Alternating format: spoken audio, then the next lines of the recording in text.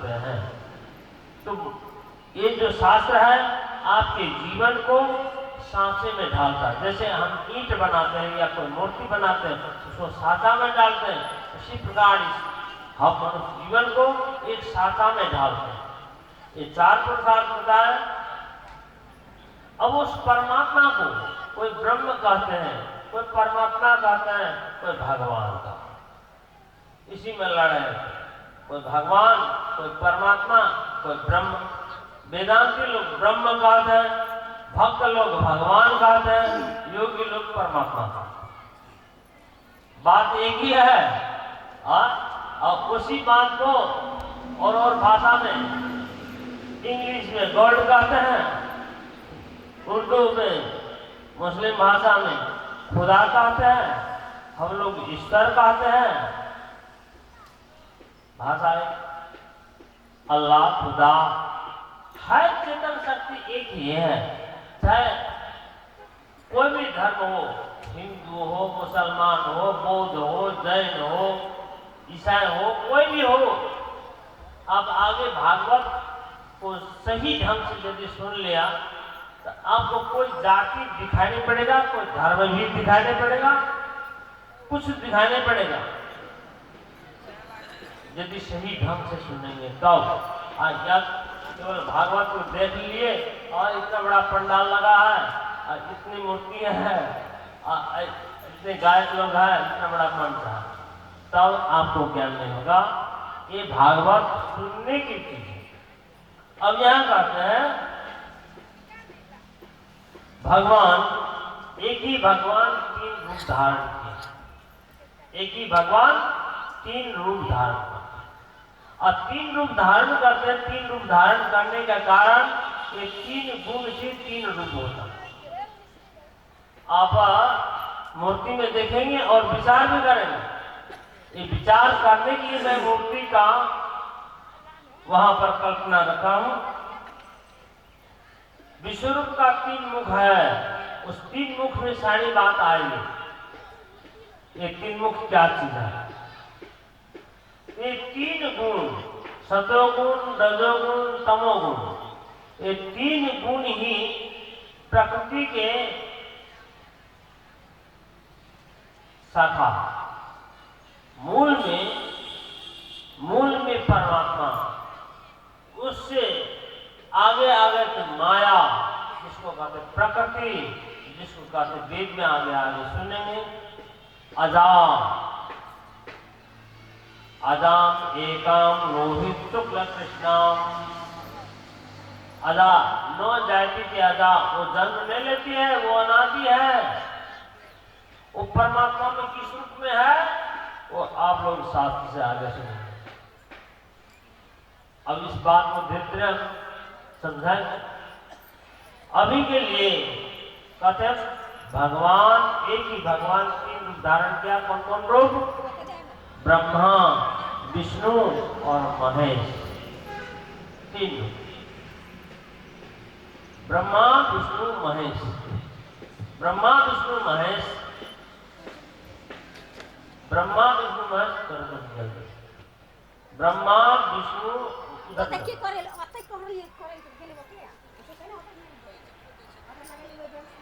वहां नीचे रखा हुआ वही करना चाहिए। ब्रह्मा, विष्णु, महेश। तो ब्रह्मा रजोगुण को लेकर के, रजोगुण प्रधान ब्रह्मा, और वो ब्रह्मा सृष्टि करता है। ये संसार को सृष्टि करने वाले ब्रह्मा, ये रजोगुण से सृष्टि होती है। और सतोगुण को धारण करके विष्णु भगवान, जो सतोगुण को धारण करके विष्णु भगवान, और विष्णु भगवान पालन करते हैं, रक्षा करते हैं।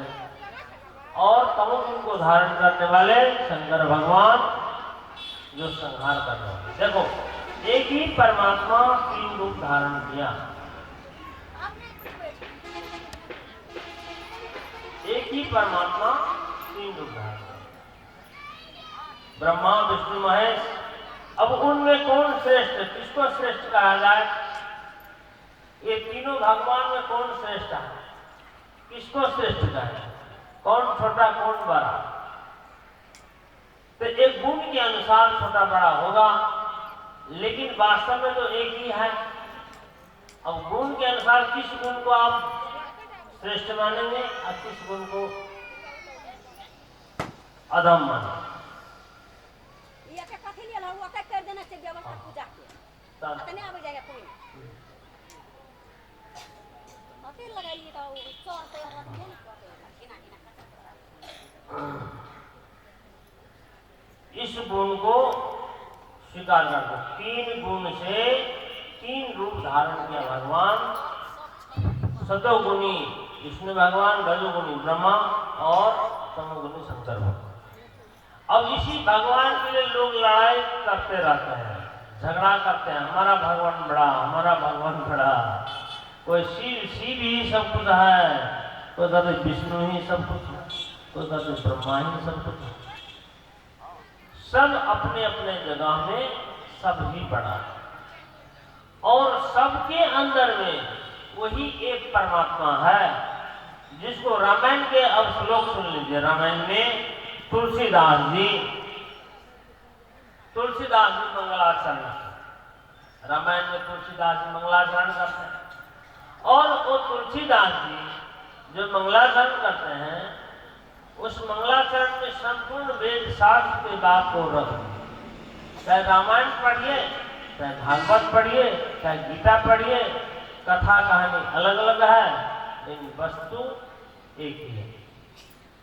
अब जैसे यन्मायावशवर्ति विश्वमखिलम्, तुलसीदास जी मंगलाचरण करते हैं रामायण में, और जो मैंने भागवत में मंगलाचरण किया वही बात बोलते हैं। और तुलसीदास जी जो रामायण में मंगलाचरण करते हैं वो भी वही बात होता है।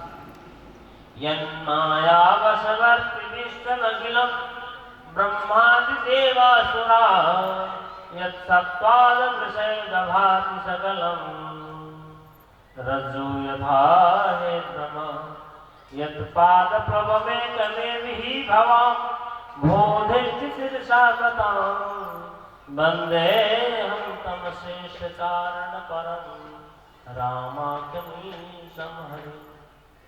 वंदे तम अशेष कारण परम, वंदे तम अशेष, जो सब कुछ नष्ट हो जाए, अशेष जो शेष रहता है, अंतिम शेष जो रहता है, ऐसे राम को मैं नमस्कार करता हूँ, वंदना। वो राम के स्वरूप को वर्णन करता, वो राम की माया, यन माया बस वर्त विश्वमखिलम्, जिनकी माया से सभी ब्रह्मा विष्णु महेश सब वशीभूत है। अब बताओ, ये माया शक्ति, इसलिए देवी भागवत में माया की प्रधान करते हैं, स्त्री की प्रधान, वो शक्ति से ही तीनों प्रकट हुआ है।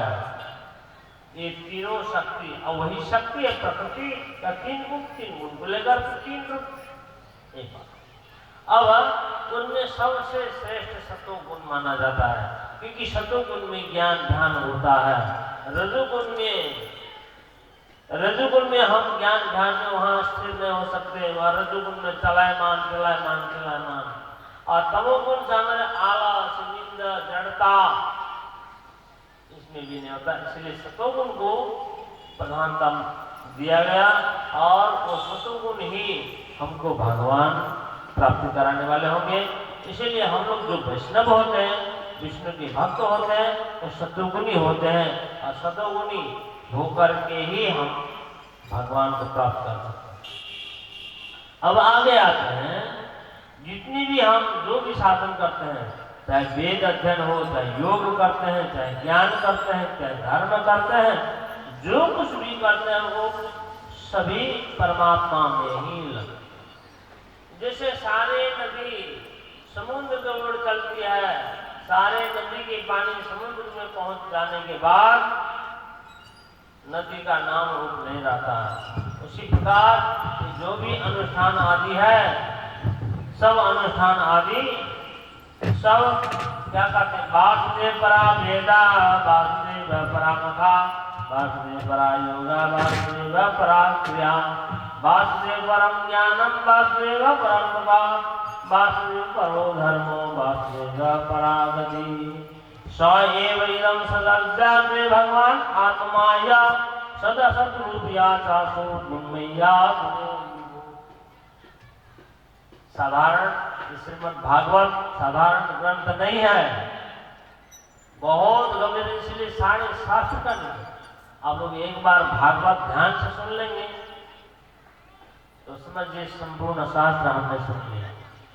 यहाँ कहते हैं वासुदेव परावेदा, जो भी वेद पाठ करते हैं वो भी भगवान परायण है, जो भी योग करते हैं वो भी भगवान परायण है, जो भी हम ज्ञान प्राप्त करते हैं